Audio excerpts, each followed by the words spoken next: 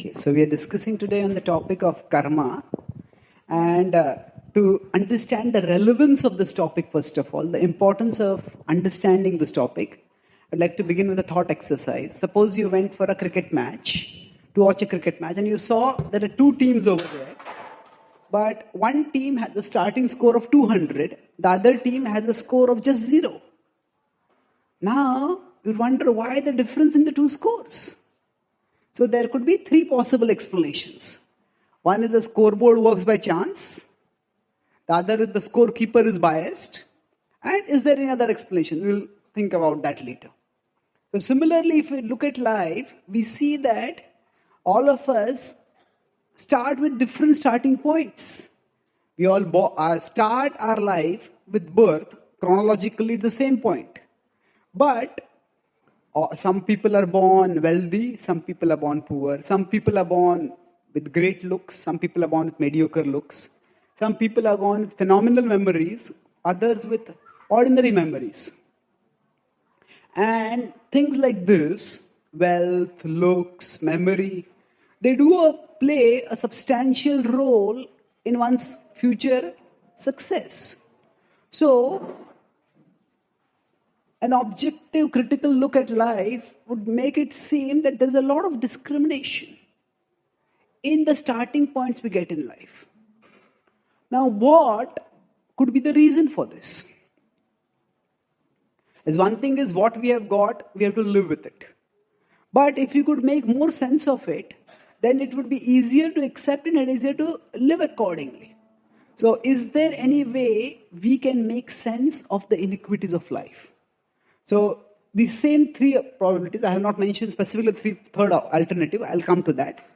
But if we apply these three alternatives, the first would be that the way we are born, the way we start our life, that is determined by chance.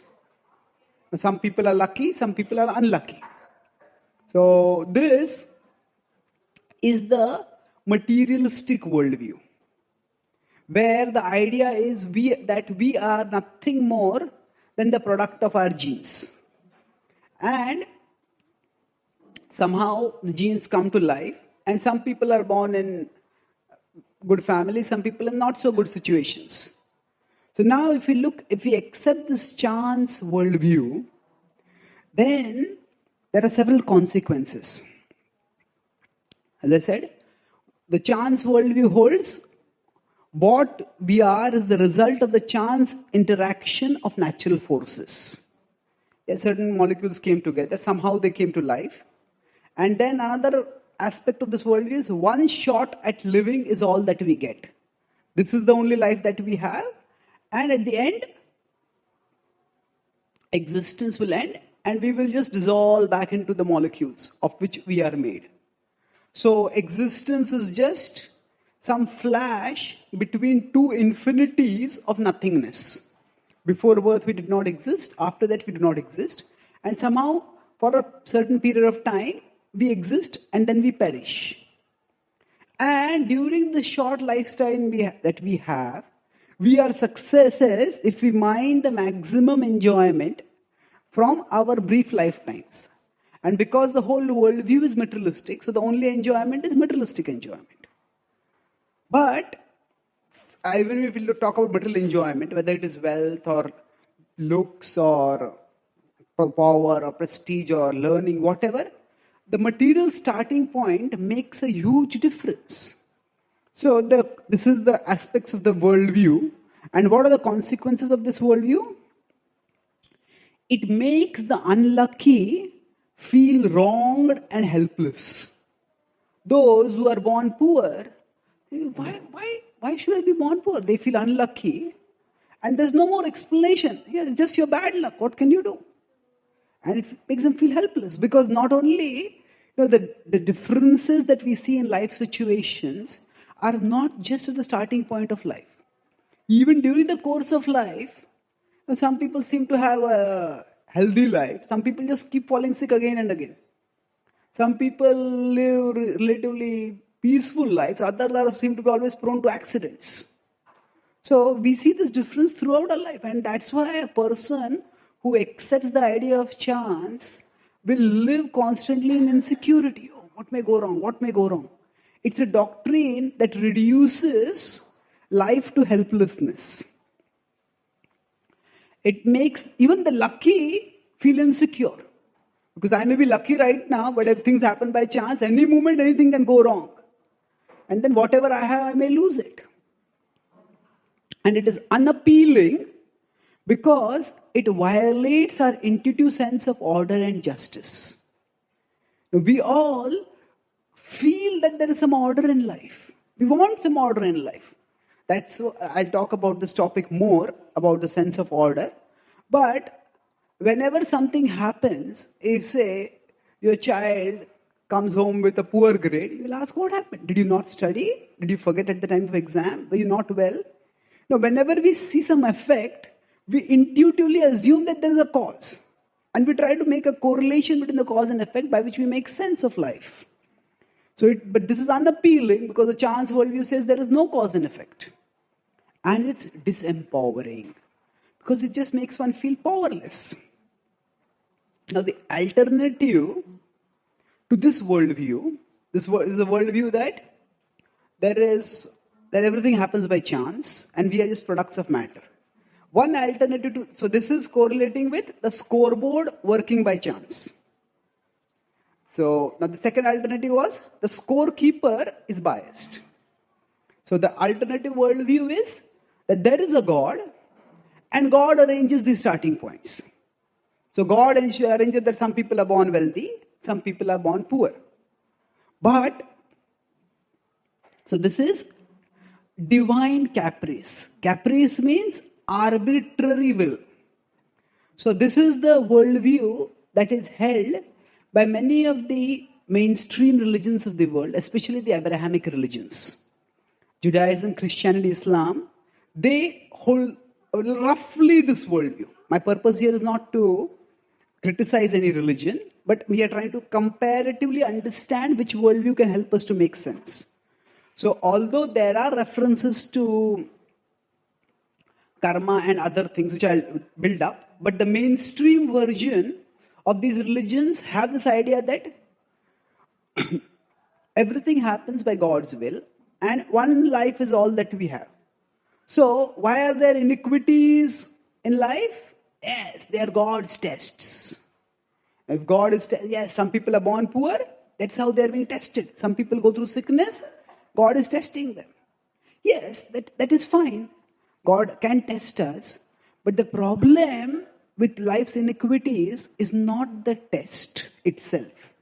It is the differential testing.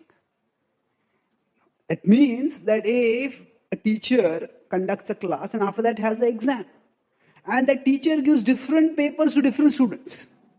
Some students get very easy papers, some students get very difficult papers. Then the student's question will not be, why is there an exam? The question will be, why are there different exams for different people?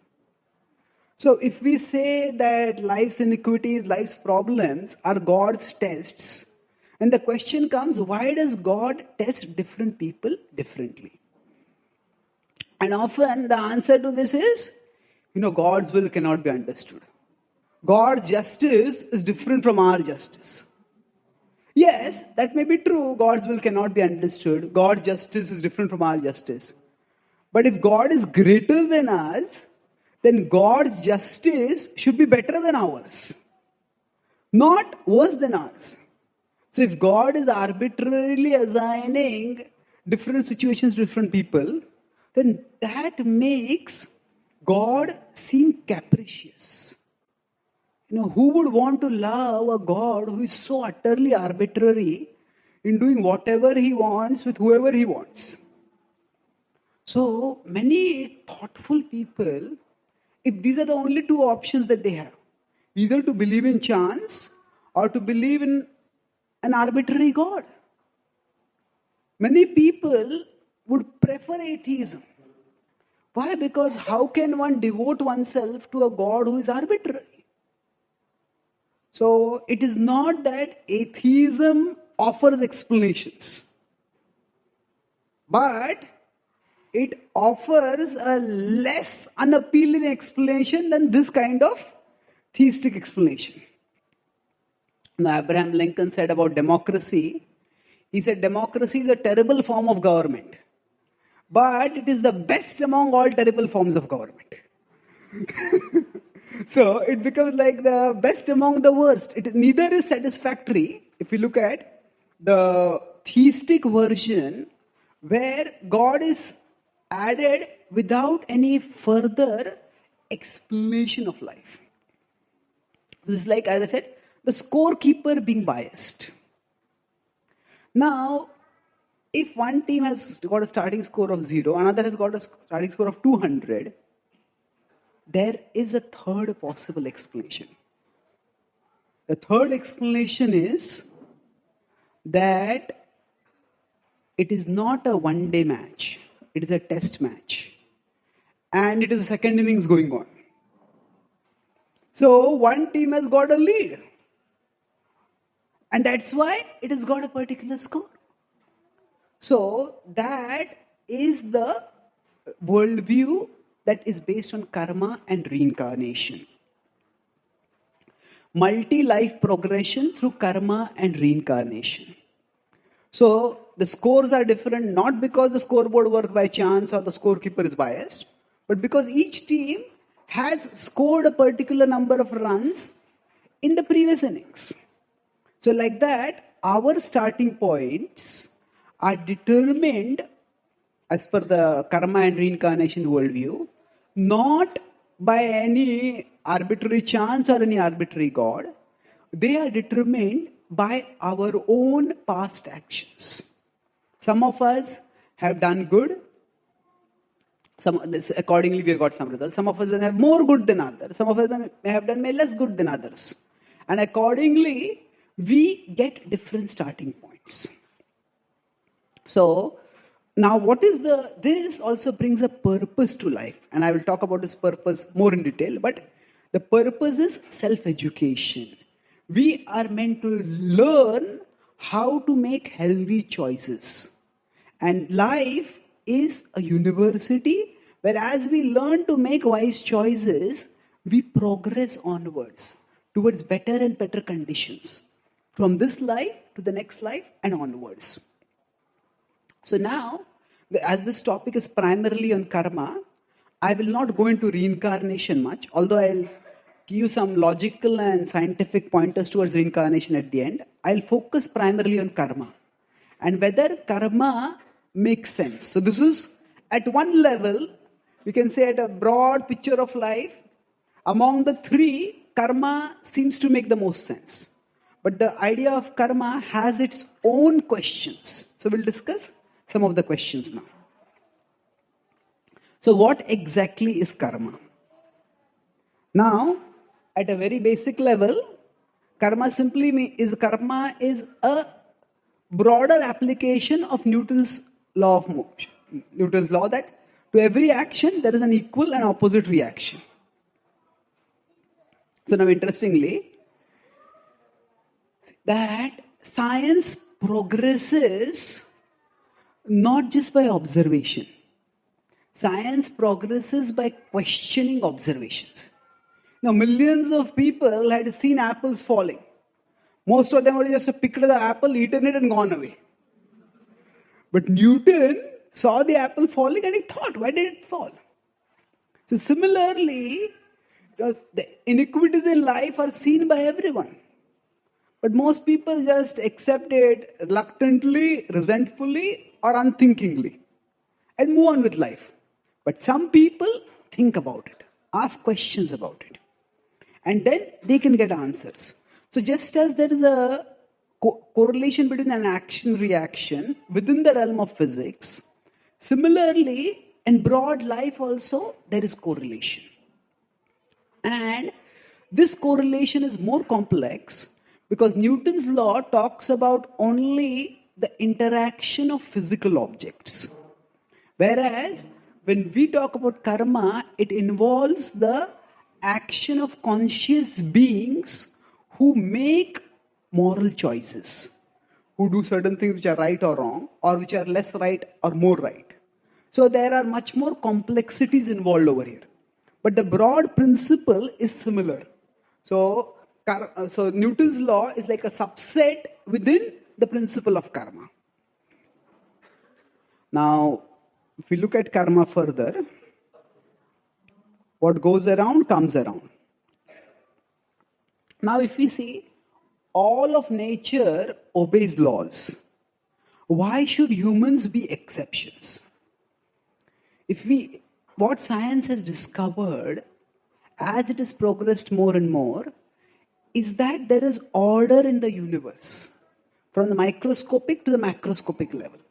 And even when scientists are not able to find order, for example, at the start of the 20th century, Kelvin was one of the pioneering scientists, and he said, now with the development of classical physics as given by Newton and further developed by subsequent researchers, now we have understood everything that is there to understand.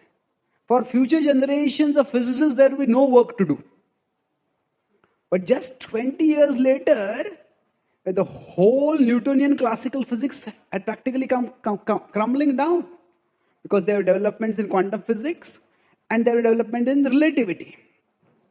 So now, quantum physics is very, very difficult to understand in the sense that things don't make logical sense.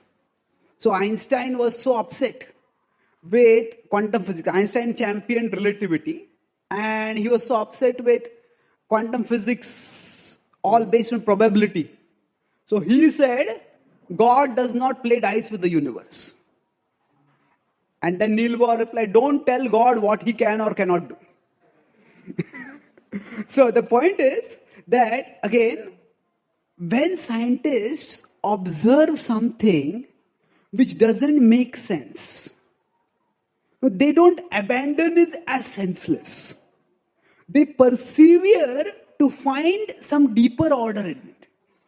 So initially, the observations that we make with our naked eye, Newtonian physics could explain that. But as science penetrated into microscopic realm or macroscopic realm, in both ways, Newtonian physics stopped working. Then scientists did not think that, everything is disorderly. Science progresses by the assumption that there is some order, and if we just investigate deeper, we will also find that order. So the study of karma also progresses by a similar assumption. Even when there seems to be disorder, it's just that we have not probed the matter deeper. If we probe the matter deeper, we will be able to find an order.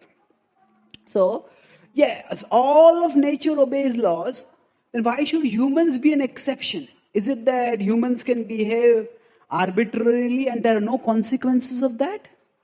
We see the law of karma is impartial and inexorable. So as it is said, we can never break God's laws. We can only break ourselves against God's laws. What this means is, say somebody jumps from a 10-story building and says, I don't believe in the law of gravity.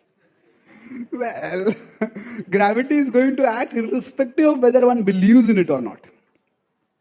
Similarly, the laws of nature, and so karma is also a law of nature, it is going to act. So the logic of karma, as I give the example, there is cause and effect everywhere. Now, whenever we see an effect, we inquire a cause. Suppose, a friend is playing, so some children are playing, and one of them comes back home and has got a burn on the hand. Then immediately, the other friends will ask, the relatives will ask, parents, what happened? What this means is, when we see an effect, a burn mark, we presume that there must be a cause to it. And that is how we make sense. All of life, whether it is day-to-day life or scientific research, we presume that whenever there is an effect, there must be a cause.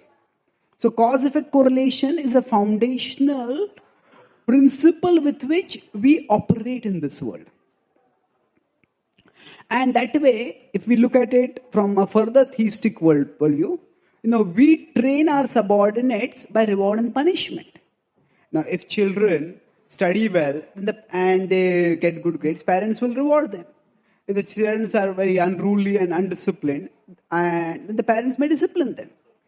So, reward and punishment is a normal human way by which training happens. And the same principle, would God not apply that? So now, logically, we will see that karma gels with our sense of order. It gels with the way we normally behave. And if God were the supreme parent, the way we would expect him to behave.